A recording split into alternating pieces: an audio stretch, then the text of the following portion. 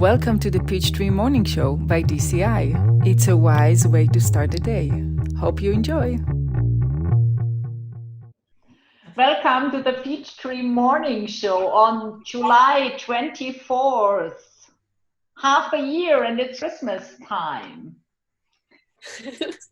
My guest today, Katie Fetch from Durango, Colorado. She has a degree in art. She is a co-manager of Diamond Cutter Press with all the beautiful books she has on her right side. And she has a baby, 16-month-old, Eva, and she is in retail business in Durango. My name is Brigitte. I'm from Munich. I'm working in IT with high security environments, especially credit card chips. And Geshe Michael Roach, the master of Diamond Cutter Institute. Thank you so much. The master of using the credit card. Yeah. So today's question is from Rosemary from Switzerland. She has a very interesting question. So how can the understanding of the pen help me to be able, when she reaches her golden years, to help the whole world? And the second question is, how good do I need to understand the pen to be able to do that? Wow. Katie, how often have you heard the pen? I feel like the nerd at DCI events because I often get really excited when I hear the pen still. Because it's like watching one of your favorite movies and then you're watching the movie again with someone who hasn't seen it before. So you get that excitement all over again. So I actually enjoy hearing the pen and I enjoy trying to understand it on a different level each time. And I like also whenever I hear Geshe Michael especially talk about the pen, I like to figure out how I'm going to explain it that same way or use some of the things and ways that he explains it to other people. Mm-hmm. But what do you think, which kind of understanding of the pen you really need to be able to transform your life in your next major transition, when you marry, when you reach your golden years or whatever it is in your life in the moment? My experience with it, 2 weeks before I gave birth, I got really, really afraid and didn't feel like I was ready at all. And so 2 weeks before, which is not enough time, I started to panic and get ready. And part of that getting ready was trying to understand the pen more, just because I felt like it was a major transition and what would happen. So I wish I had been doing that the whole 9 months I was pregnant, but the last 2 weeks it really became intense for me. And I wanted to understand the pen a lot more on an intellectual level as best as I could. And Yeah, go ahead, Katie. Have I heard it correctly? So you said when in this major transition time, you keep the understanding of the pen in your mind. That's the fertile soil where then the good seeds explode. And I was also thinking, it doesn't just apply to the pen, because my mom was telling me the other week when she first heard the pen, she thought the emptiness only applied to pens. She didn't think about everything else or even herself, that the pen idea also applies to yourself. So I think that was the understanding I was trying to really wrestle with during this major transition, is how does, especially because I'm about to go through birth, how does it apply to me? Mm-hmm. Mm-hmm. Geshe? Well, I have this thing going on nowadays where, traditionally in the ancient books, if you want the pen to help you during a major transition, like getting older, like retiring, even dying, they say there's a tradition that says at that point you can go to a higher place if you understand yourself rather than outside objects like the pen. So there's subjects and objects. So the traditional explanation is that the more you understand the seer,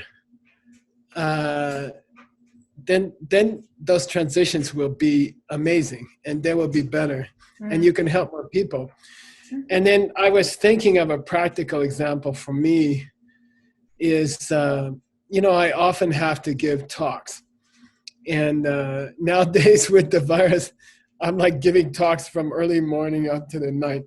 And sometimes I don't feel so, I like towards the end of the day, I'm more tired, right? So I was found out that if I do yoga before I talk, if I open my channels before I talk, then I'm more intelligent during the talk. It's very strange. You see, if I change my seeds, the talk goes better. The reality shifts. If I open my channels, or if I think about the pen, the actual talk is different. The talk is completely different. So then I've started thinking I should try to think about the pen like before I have dinner with friends, because then the perceiver, me, it's gonna be more beautiful, The dinner with my friends will be more beautiful if I think about the pen before that. I think that's something like that. Something like that. Yeah. When you have something big coming up, like an important meeting, even on Zoom, then think about the pen before, and it will all go much better. That's what I'm saying, because the subject will change. Yeah. Yeah. And I like also her motivation for the question, that she wants to use it to be able to help everybody to make the world a better place. And I think even if you try to understand the pen with this motivation, it gives you a much deeper understanding, and then it will be even better. Yeah, and I like this distinction. I'll go one more distinction. So to make the seed more powerful, expand from just thinking about my benefit to thinking about the benefit of everybody in the world.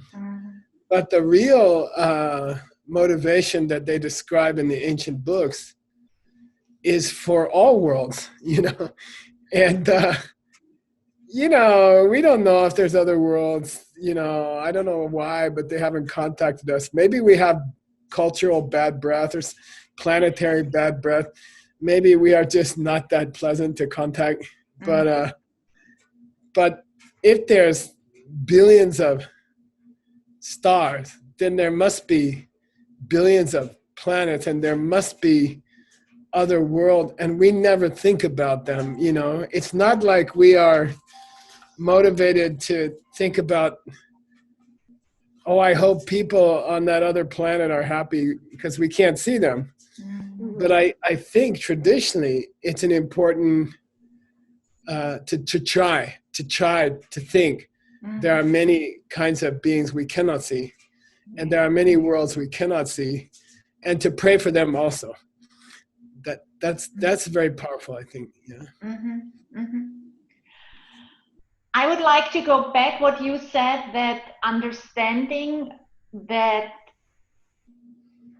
I produce myself, the seeds opening are producing me. How can I foster that one?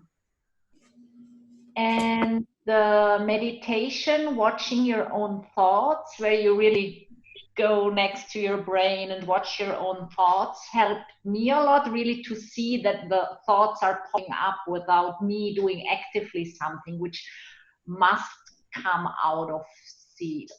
I don't know, Katie, have you a special tip how you can see or realize that even you yourself are created by seeds? Sometimes I get hung up in, when I'm trying to think of you myself, I think of my body, and sometimes that holds me up, because I realize, am I my body or my mind? And that holds me up. And we just were talking about it, where the outside breath actually helps the inner breath and it helps where your thoughts go, and that it changes your recorder that's watching the world, and that will eventually, depending on how you're doing in yoga, is when we were talking about this, watching the recorder who's watching things, and then that eventually takes you to the emptiness of yourself and your body. Am I going in the right direction, Geshe Michael? Yeah, I think so. And I like what Brigitte said also about, but I have a question for you guys. Like, if my thoughts are coming out of seeds, then I can't control them. Then how can I become a better person? You know, like if I'm just listening to footprints that were left from last week, then how can I improve myself? That's kind of confusing. That's a question I'm wondering, because sometimes it stresses me out to think about it, actually, and so I'm like, I have to shelve it for now, because if I think about it, I'll just get stressed out.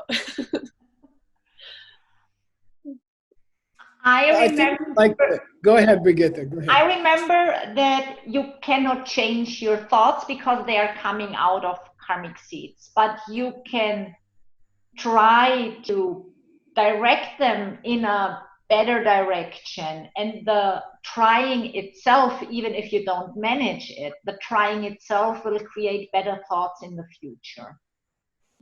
I really like that concept. I think it's very intriguing, and the Lam Rim that is going to come out next month, which we filmed already, is talks a lot about that. And I like this idea that, like, if you're tempted, right, like you want to eat more ice cream from the refrigerator. Like, I got into two bad habits during the COVID. One is ice cream and one is Netflix. And so, you know, then there's this very serious discussion about how resisting a bad habit, those seeds are super powerful. So if you can delay eating the ice cream, you get some big karmic points. I don't, you know, what do you guys think about that? Supposedly, if I can wait, if I get an ice cream attack at 9 o'clock, but if I wait 5 minutes to eat all the ice cream, somehow those 5 minutes of seeds are extremely powerful. Why do you think so?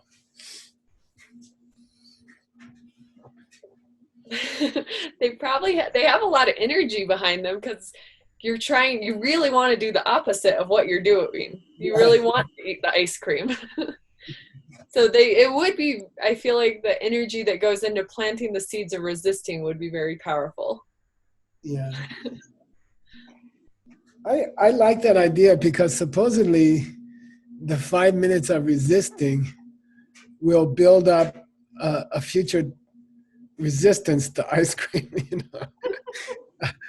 I have a question for you, Geshe-la, because what I experience when I put up the fight, I'm not always able to be really happy that I put up the fight. So the feeling about the being defeated at the end, I have sometimes the feeling is destroying the fight or the good seeds of the fight.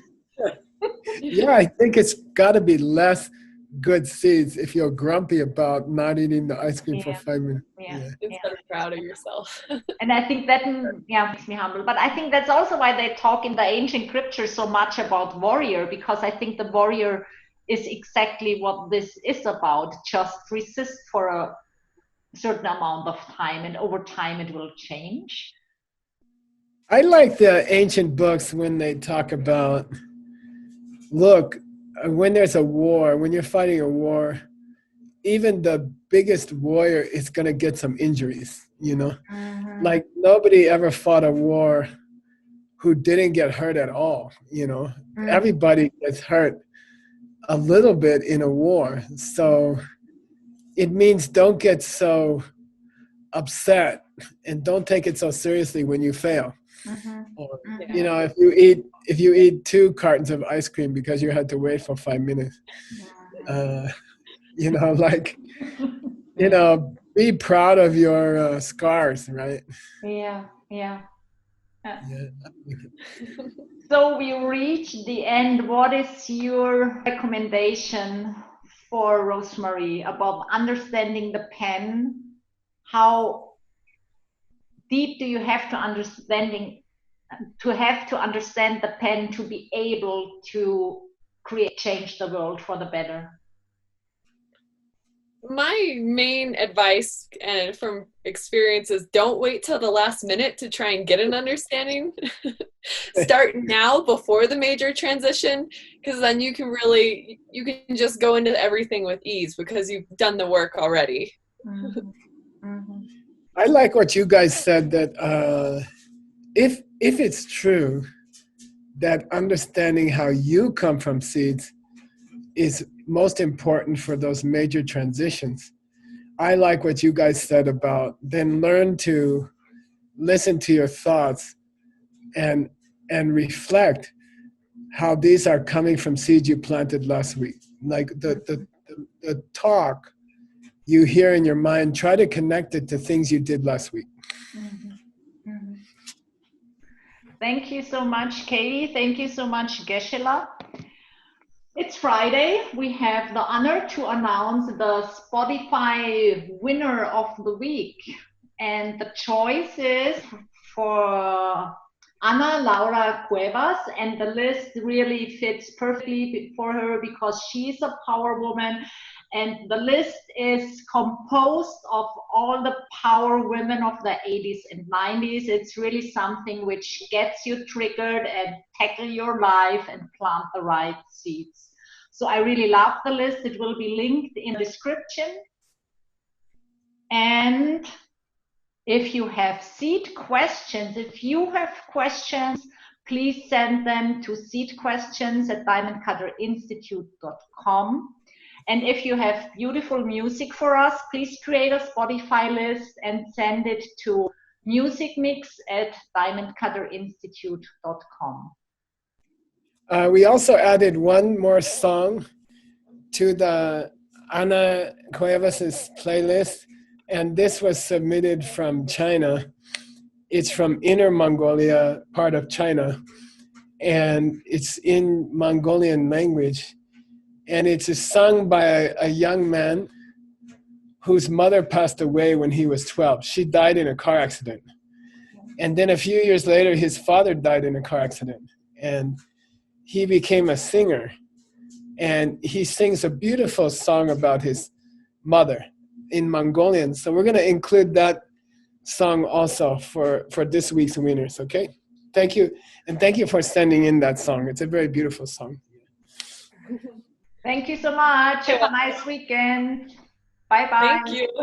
Thanks for being on Peachtree. We'll see you again, you guys. See you again. Thank you. You guys are a lot of fun.